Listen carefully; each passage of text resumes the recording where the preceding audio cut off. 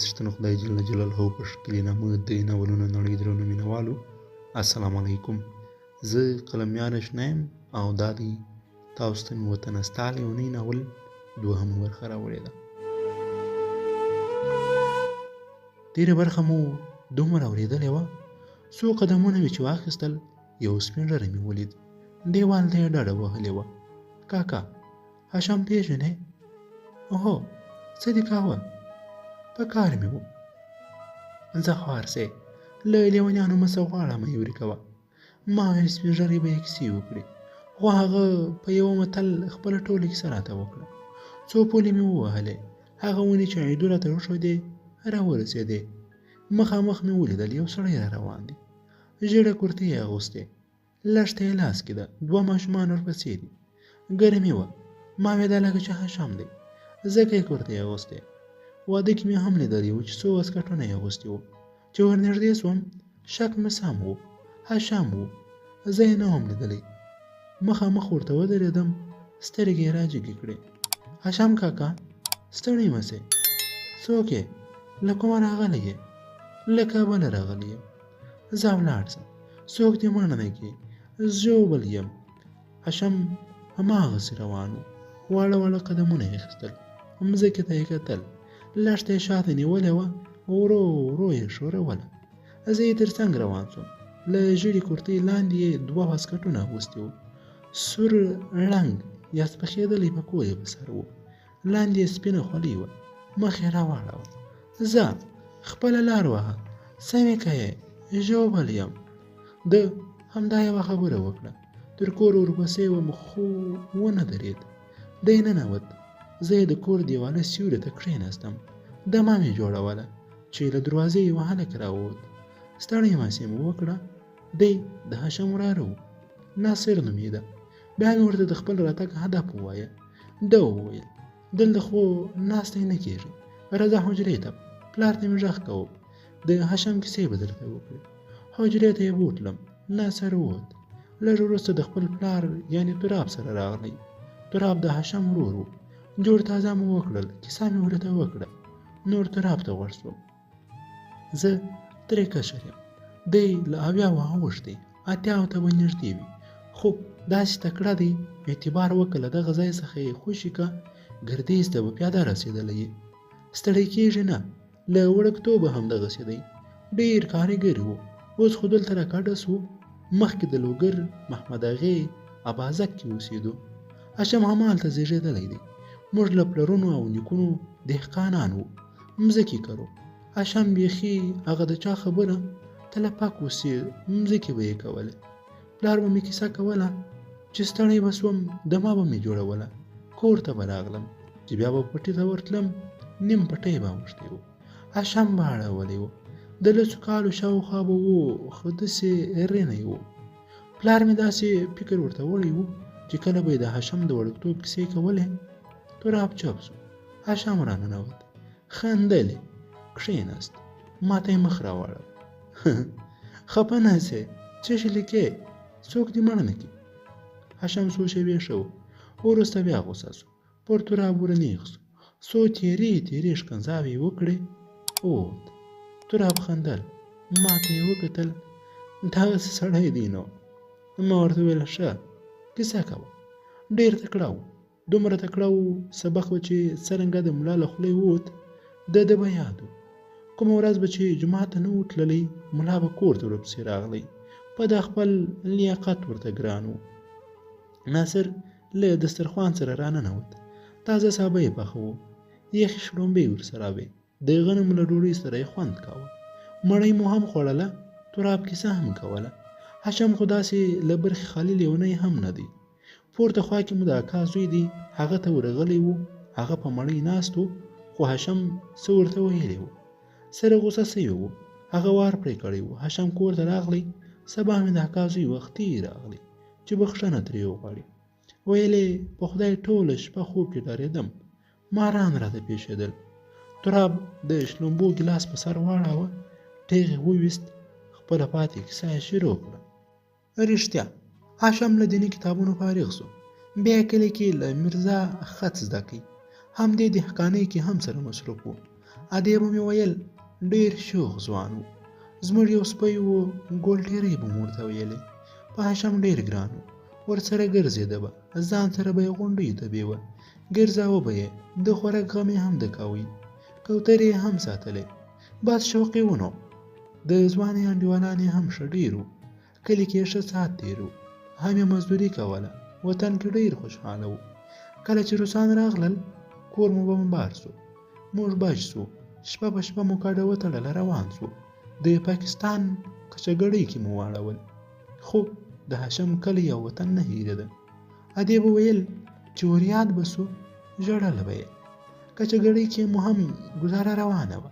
هاشم مزدوري کوله خو د کلي غوندې نه و. د شپې ډېر ګرځېده. کله کله به څو شپې کور ته رانغلی. چیرې به تللی و. یو وار یې راتګ ډېر وځنډېد. ډېرې ورځې تېرې سوې. بیا یې چا احوال راوړ چې هغه تللی افغانستان ته جهاد کوي، د پلانکي ملا سره دی. هغه ملا چې دی ورغلی و کلیوال مو ډېر تکړه سړی و. د هاشم پخوانی د ښکار انډیوال و. یو ځای به ښکار ته تلل. په شنه لړه به ووتل. غرمې به یې څو سویي ښکار کړي وو. د دوی کلي کې وړوکی جوماتکی و. هلته به کښېنستل. دا جوماتکی یې د غونډۍ په ډډه کې جوړ کړی و. مړۍ مو وخوړه. تراب خان دسترخوان ټول که له حجرې ووت. له کړکۍ مې ور غږ کړه. که هاشم دې ولید رایوله. واړه ماشومان راسره ناست وو. دوی ټول د تراب زامن وه او د هاشم ورېرونه وه. د حجرې جلا انګړ و. وړه چوتره یې لرله. مخې ته یې سره و سپین ګلان ولاړ وو. تراب خان چې راغلی ورې ته ویې ویل دا حجره مو نه وې جوړه کړې؟ ولا پر اوسه ښکاله مې جوړه کړه. لږ مې ځان ورته قرضداري هم که. خو نه کېده. دومره مېلمانه راځي چې توبې باسه. ټول هاشم ته راځي. چا چې عکاسي لیدلې ځان را رسوي. هغه بله ورځ خلک له بغلانه ورته راغلي وو. اعتبار وکړه 3 بجې ولاړل. ما ته ځان ملامته ښکاره سو. تش لاس راغلی وم. د دوی دومره واس نه و. مېلمانه پرې ډېر وه. کلیوال خلک مېلمه ته ډېر ځان په عذابوي. تراب که ډېرې سخي سړی هم وي له مجبوریته به هم تنګ وي. دومره مېلمانه راتګ د دهقانۍ ژوند. تراب غاړې تازه کړې. ډېر خلک یې تنګوي. 10 کاله پخوانۍ کیسه درته کوم. ستا خو به ورته پام وي. هاشم بې چوکاټه خبرې ډېرې کوي. لوڅ غږېږي. خلک خو یې مني چې والله هاشم رښتیا دغسې دی. بله ورځ شاه بیولی وي کابل ته. هلته یې څو نجونې ورته ګډولې وې. هاشم چې ورننوتی و په غوسه ترې راوتی و. نیمه شپه وه چې کور ته راغلی. بیا به چې چا هغه خلک وریادول ښکنځاوې به یې ورته کولې. بس خلک یې نه پرېږدي چې نوی شی واخلي بیا چا ترې پټ کړی وي. نه یې پایزار ترې پاتې دی نه یې جیبونه. یو وخت بارانونه هم و. چا موټر ته خېژولی و چې راځه ګردیز ته دې وړم. ورسره تللی و. هغه خلک یې کور کې مشرانو سپک کړي وه چې په دې لیونۍ څه شي کوئ. ماښام و. د ګردیز بازار کې یې پرېښی و. هاشم سره 1 روپۍ هم جیب کې نه وه. بس بیا دې ور زړه پرې بد سوی و. ډیکۍ کې یې راوست. ګلانو کې مې سترګې ګنډلې وې. د لمر ژېړې پلوشې پرې پرتې وې. ښکلې ښکارېدل. تراب ته مې مخ ور واړوه. دا انګړ کې ګلان خو ډېر ښه بوی کوي. حجرې ته راځي. دا کوم رقم ګلان دي؟ والله که ترې خبر یم. دغه هم هاشم راوړي.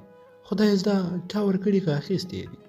دغه منځ کې چې ولاړ دي دا سپینې پاڼې چې دي دا ډېر پرې ګران دي. عکسونه یې هم ورسره اخیستي. د زوی ټلیفون کې مې سته. هاشم کور کې و که وتلی و؟ کور کې دی.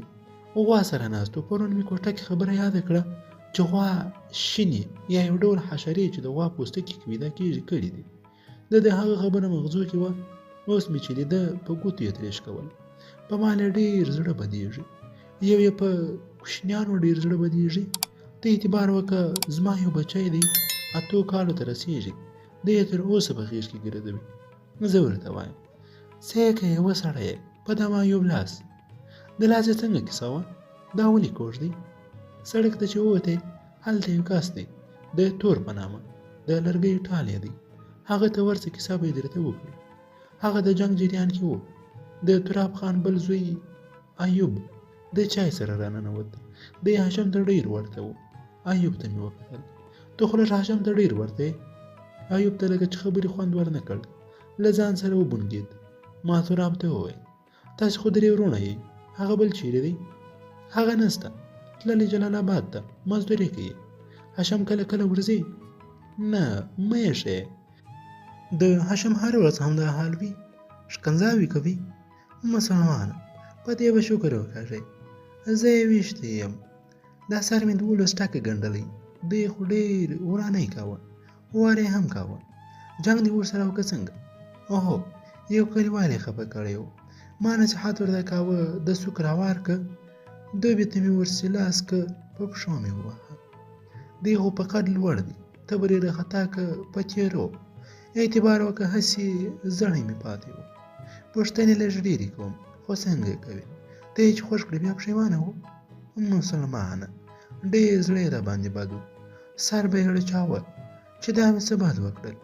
له کوټې به نه وت، سر ته به مې ناست و، پوښتنه به یې کوله، څنګه یې څنګه یې؟